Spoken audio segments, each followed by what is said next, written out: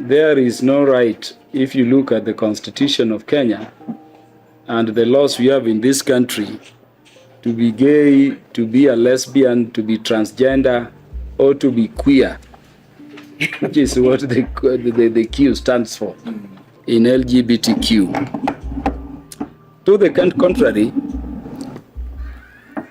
we should read the provisions of Article 45 of the Constitution. First, it places the family at the very heart of the society. In fact, what it says is that the family is the fundamental unit of the society. At sub-article 2 of Article 45, it says only people of opposite gender can marry one another. And that is the law of Kenya. I'm aware this thing is in all government offices. This thing is even in parliament. This thing is even in the media. This thing is percolating all over. But I want to tell the people imagining we can withdraw, because I've been receiving threats telling me Kaluma withdraw from that enterprise. Tell them to study my history with matters concerning the family. Yeah. We brought down the slave queens the other day. Kaluma brought the Marriage Act, which has consolidated all marriage laws. Up to the time we brought the Matrimonial Property Act, Kenya was relying on 1882 laws of England on matrimonial property. On family, there is no backpedaling. And don't call me to say I'll not go to your country. What do we lack in Kenya? You can cancel your visa. I was a short while back in a foreign country, and you can imagine being approached by a fellow man asking me to go out and mess with him, sleep with him. And the guy has the audacity to tell me I look nicely round. Can you imagine? What a level of perversion. So I'm telling our people that this is an enterprise which is going on. There is no reverse gear, and it is going to succeed. On the day this bill is going to be tabled, it is going to be Kenya versus Sodom and Gomorrah, the other side. Yeah. Anybody who will rise to oppose will belong, and Kenyans will see them, to Sodom and Gomorrah immediately. And as Kenyans will fight very hard, and I know we are more than the people of Sodom and Gomorrah sent in this parliament, I know we will succeed. So I appreciate what is happening. The bill has been drafted. We are now waiting for parliament to move forward. But as we do that, we want to encourage our institutions to know that they exist for Kenya, not for foreign powers.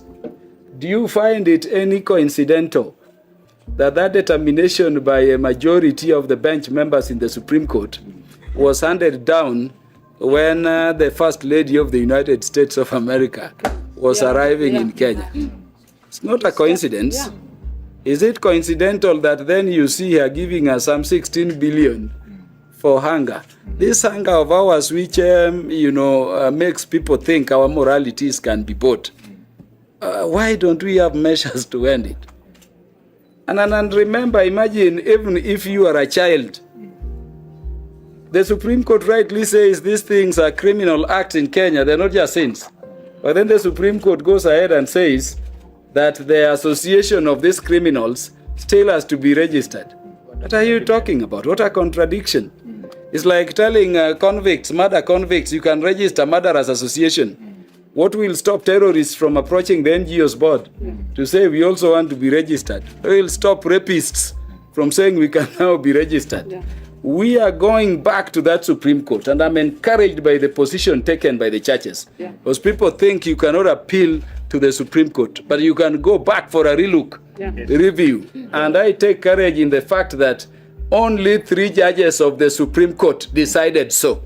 2 dissented and 2 were not there. We are going back to that Supreme Court with the religious organizations, the churches and everybody, and we are going to request the Supreme Court in their full bench of 7 in number to review that position. And if they don't, then I want to remind the Supreme Court and our court system to begin reading where they derive their power from. The people.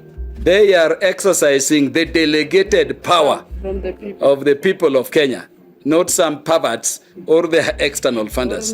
We may not even end at disbanding that Supreme Court, but we can have a law, because the Constitution also says nobody no authority, including the Supreme Court, has the power to make any provision with the force of law other than this parliament. Yes. So if we don't succeed in that Supreme Court, there will be a provision in the bill we are going to propose that will deregister, if they would have been registered, any organization encouraging or promoting this vice. That is our position.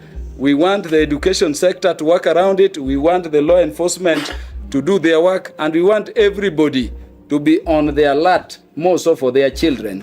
For truly, these are the future of our society. But this is a battle we must succeed on.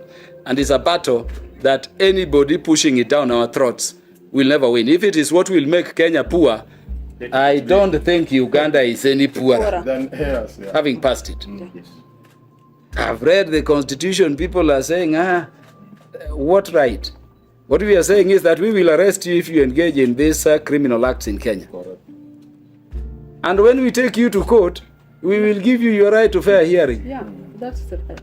So get your lawyer. We will give you your right to fair hearing. That is the right you have under the constitution.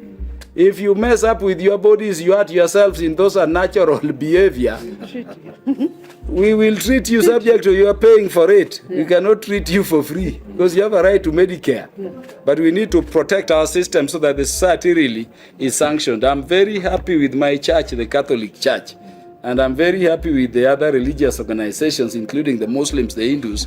And I'm happy that the church is, voicing their moral position and their position as an institution in this church. I thank you very much. Thank you. So guys, here you see in this video that the Kenyan parliament is following the same footsteps as Uganda with the signing the anti-gay bill into power. And here you see again where the parliamentarians in these countries are standing up. They're making their voice loud. There's 275 members of parliament in Kenya, and all 275 of them sign this bill, sign this into law. So again, it is not a bipartisan thing where one party is pushing it through and says it's a hate gender. It's a communicative effort. The whole parliament, the whole country in a whole is pushing back to that. We don't want this lifestyle that you're forcing on Africans. And you can call us human rights violators all they want. We know it's not true. So it's trying to tie in abortion and human rights and in this whole LGBTQ to merge it together to make it become like we are the ones that has fault. But no, African values is African values. We believe in man to woman, marriage, household, raising a family and stuff like that along the line. And not saying we don't have our issues, but that's always been in the African culture. From ever since Africa was before we met the Europeans in the 14th century, that's what Africa was. It was always about family.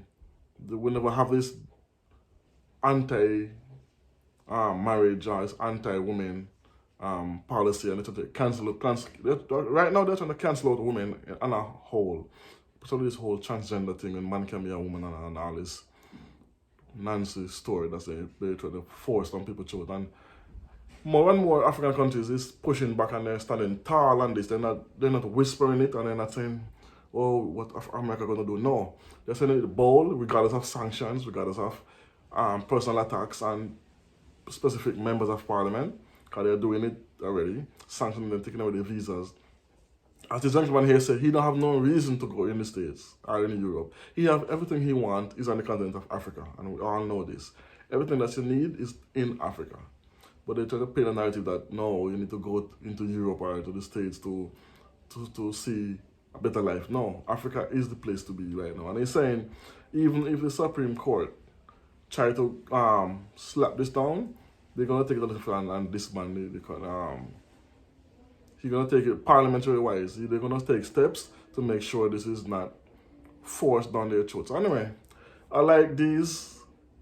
Now we're seeing where Africa is actually rising up and standing up and staying strong and saying, this is enough. No more pushing or bullying from the West.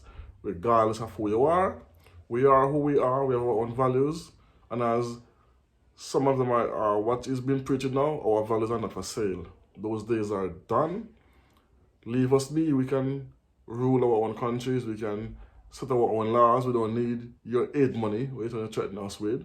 Now Africa has everything that every country is needing in the world. So you have to come to us for resources. So be careful how you approach us on this, and because we don't have the power to turn the tides. So anyway, let me know what you think about this in the comment section. What you see this parliamentarian is saying in Kenya. Thanks for watching. I know. Boom.